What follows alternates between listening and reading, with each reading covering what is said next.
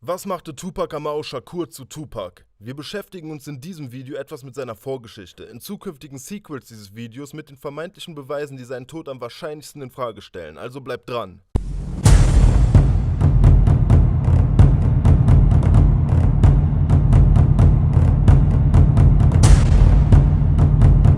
Lisanne Parrish Crooks, am 16. Juni 1971 in East Harlem, New York, geboren und ein Jahr später von seinem Stiefvater, offiziell in Tupac Amaru Shakur, nach dem südamerikanischen Freiheitskämpfer Tupac Amaru II., der sich gegen die spanischen Eroberer auflehnte, umbenannt.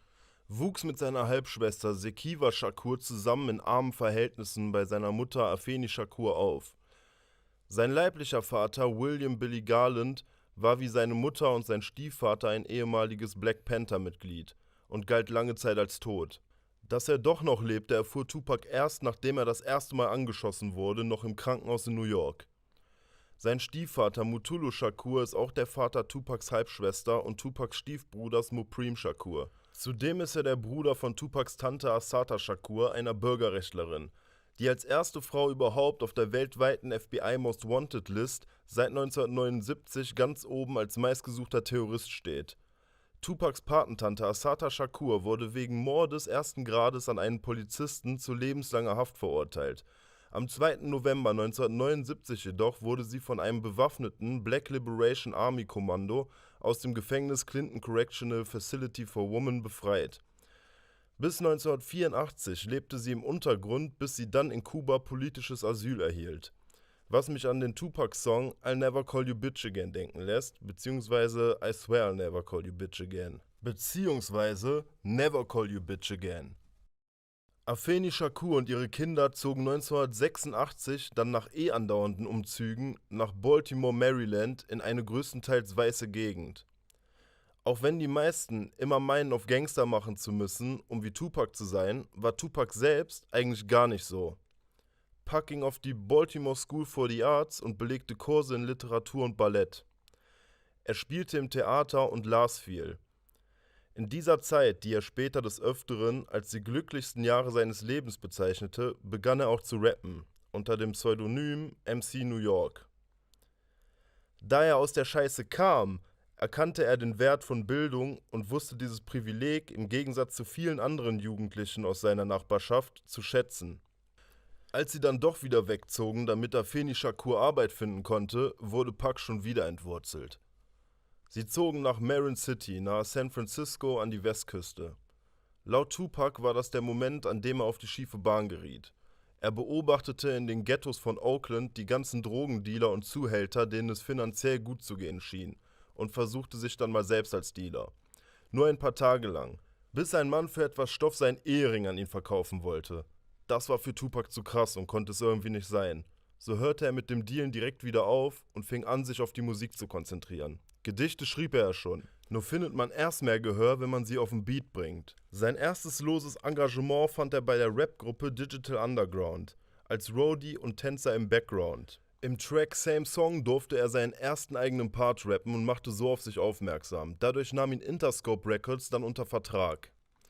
1991 kam dann Pucks Debüt und politischstes Album Tupacalypse Now raus. Das war jetzt erstmal Tupacs Geschichte bis zu seinem ersten Album. Irgendwann mal vor Jahren bin ich über einen Satz gestolpert, der sinngemäß so ging. Das Besondere an Tupac ist, er war kein wirklicher typischer Rapper, sondern ein rappender Poet. Und die Welt braucht weniger Rapper, dafür mehr rappende Poeten. Die folgenden 2 Clips bringen einem diese Aussage meiner Meinung nach noch einmal etwas näher. Auf Deutsch übersetzt gefunden habe ich diese auf dem Kanal Machiavelli-Prophezeiung, auf welchem es zusätzlich noch viele Videos zu Alive-Theorien gibt. In Liebe, Magna Rockbrock. Yes, my raps are filled with rage. One of these days, we gotta bust back for the homies. You have to be logical.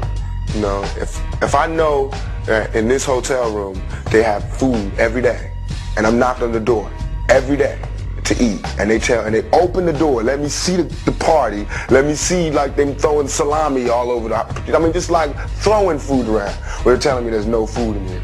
You know what I'm saying? Every day. I'm standing outside trying to sing my way in. You know what I'm saying? We are hungry, please let us in. We are hungry, please let us in. After about a week, that song was going to change to we hungry, we need some food. After 2-3 weeks, it's like, you know, give me all the food, breaking out the door. And after a year, you just like, you know what I'm saying? I'm picking the lock, coming through the door, blasting, you know what I'm saying? It's like you hungry, you reached your level, you don't want any more. We asked 10 years ago. We was asking with the Panthers. We was asking with them, you know, with civil rights movement. We was asking, you know, now those people that were asking, they're all dead and in jail. So now what do you think we're gonna do? Ask? I put my gun away and grab my AK. It's getting hectic. I can't call it. House full of alcoholics. Now a nigga's under pressure. Tell me about some of the special things that someone growing up in the inner city in your situation deals with. Okay.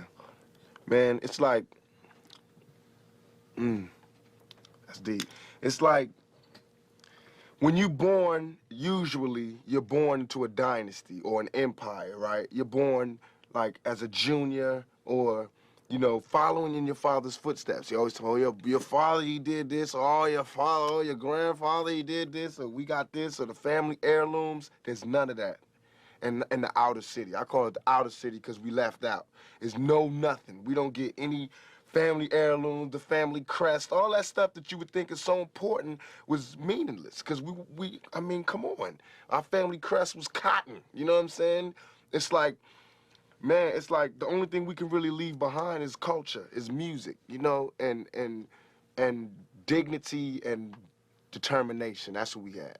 So it's like, I feel as though I'm cheated because instead of me fulfilling my prophecy, I have to start one. Instead of me, you know, doing a good job and carrying on the empire, I have to build one. And that's a hell of a job for a 21-year-old. You know what I'm saying? That's a hell of a job for any youngster, male or female, to have to build an empire for your family. You know what I'm saying? And it's like, especially when the odds is that, you know that somebody else who lives in the inner city, the real inner city, suburbia, who, when he's born, I mean, 16, he gets a car, automatic. You know, there's money in the bank for college. You know, it's Christmases, go to vacation somewhere. Our vacations was down the street, cross town, grandma house. You know what I'm saying? That was the vacation. Or, you know, or jail, to be even more real. And I hate to make this like sad story, but it's real. Because this world is such a, and when I say this world, I mean it. I don't mean in the ideal sense. I mean in every day, every little thing you do. It's such a, gimme, gimme, gimme.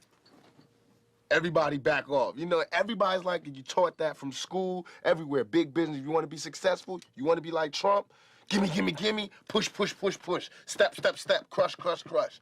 That's how it all is. And it's like, nobody ever stopped. Just, you know, I feel like instead of us just being like, slavery's bad, slavery's down, bad whitey, bad whitey. I mean, all right, let's stop that. And everybody's smart enough to know that, I mean, we've been slighted. And we want ours. And I don't mean by like ours, 40 acres and a mule, because we're past that. But we need help. I mean, for us to be on our own 2 feet, us meaning youth or us meaning black people, whatever you want to take it for us to be on our own 2 feet, we do need help. Because we have been here, we have been a good friend. If you want to make it a relationship type thing, we have been there, and now we deserve our payback. It's like you got a friend that you don't never look out for. You know, you dressed up in jewels. Now America's got jewels, and they paid and everything, and they lending money to everybody except us. And it's like, you know, everybody need a little help on their way to being, you know, self-reliant. I mean, if this is truly a melting pot in the country where we care about it and Lady Liberty got a hand like this, she really loves us, then we really need to be like that. And it needs to be the black kids. And if there's a white person who got money, then he need to help them. He need to help black kids, Mexican kids, Korean kids, whatever. But it need to be real. And it need to be before we all die and then you say, oh, I made a mistake. We should have gave them some money. We really should have helped these folks. It's going to be too late. You know what I'm saying? And then that's when you got to pay your own karma. And that's when God make you punish. When God punishes you. Because I feel like, you know, it's too much money here. I mean, nobody should be hitting lotto for 36 million and we got people starving in the streets. That is not idealistic. That's just real. That is just stupid. There's no way Michael Jackson should have, or whoever Jackson, should have $1 million, $1 billion, and then there's people starving. There's no way. There's no way that these people should own planes and their people don't have houses, apartments. shacks, drawers, pants. I know you're rich. I know you got $40 billion, but can you just keep it to one house? You only need one house. And if you only got 2 kids, can you just keep it to 2 rooms? I mean, why have 52 rooms and you know there's somebody with no room? It just don't make sense to me. It don't. And then these people celebrate Christmas. They got big trees, huge trees, all the little trimmings. Everybody got gifts, and then somebody's starving. And they're having a white Christmas. They're having a great Christmas, eggnog and the whole 9. That's not fair to me. I think that when there's hopelessness, people revolt. Because it's like there's nothing that's like, you know, it's like we're going, is America gonna help us ever? You know, because I mean, we know for a long time they haven't. Are they ever? And it's like all these things are showing us no.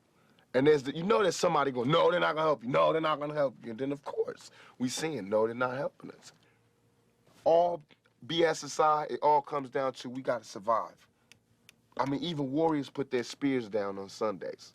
We got to survive here in this country. Because I'm not going back to Africa. We got to survive here. And for us to survive here, white folks, black folks, Korean folks, Mexican folks, Puerto Ricans, we got to understand each other. We got to take a bigger chance. And when I say Americans, people think I'm talking about Uncle Sam. I mean, like, actually Uncle Sam with the gray hair and the flag. I mean, you. The guy, you know, you, the mechanic, wherever, you. I mean, you need to do something. You need to check yourself and see how racist you are. You know what I'm saying? It's real.